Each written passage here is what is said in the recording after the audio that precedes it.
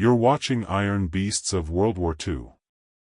Here we break down real World War II machines using only authentic archival photos and verified historical data. Today, a full analysis of the American fighter that turned survivability into a combat doctrine. In the early 1940s, the United States was preparing for war across an ocean. The U.S. Army Air Forces needed a plane that could escort bombers, fight at high altitudes, and come back even when badly damaged. European combat had already proven one thing: lightweight fighters could turn tighter, but they lacked range and couldn't take much punishment. The answer? A new kind of fighter, a heavy one. One that could battle where the air was thin, and mistakes were final. That answer became the P-47. The designers of the P-47 didn't chase elegance. They chased resilience. A massive radial engine. A powerful turbo-supercharger. Thick wings. A reinforced fuselage. The aircraft was built heavy on purpose, so it could absorb damage that would destroy most other fighters. It was a deliberate trade-off. Mediocre maneuverability at low speeds in exchange for speed, altitude, and unmatched durability. Engine/powerplant. Pratt & Whitney R-2800 double Wasp radial engine, producing over 2,000 horsepower. One of the most powerful piston engines of the war. Maximum speed, approximately 690 km per hour, 430 miles per hour. A high-altitude turbo-supercharger ensured steady performance where other engines faded. Armor/protection. Armored cockpit for the pilot.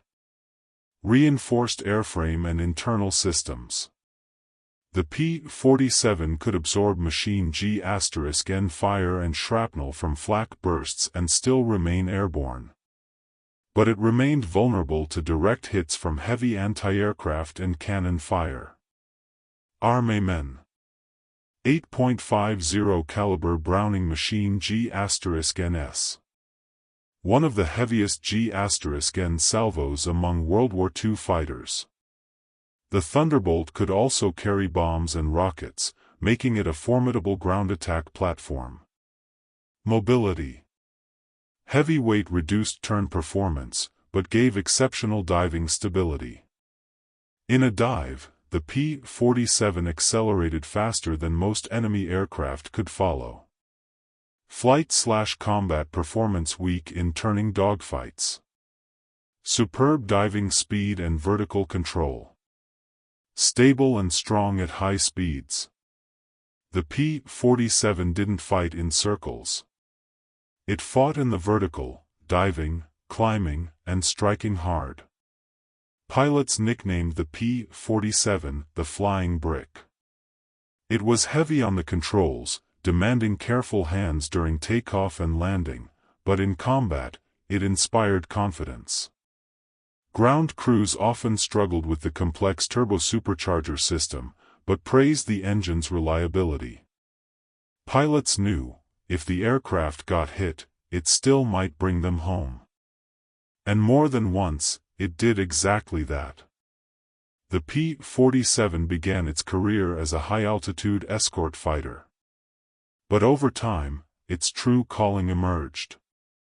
At low altitudes, the Thunderbolt became a devastating ground attack aircraft that shredded trains, convoys, ammo dumps, and bridges.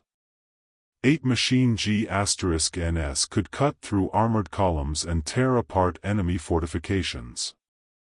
Thunderbolts often returned with severe structural damage, wings ripped, engines leaking, controls sh*T through, and still made it back to base. Against lightweight German fighters like the Bf-109 or Fw-190, the P-47 struggled in tight turns.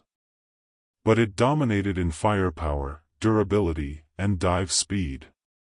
It couldn't outturn a Messerschmitt, but it could outdive it, and survive hits that would tear other fighters apart.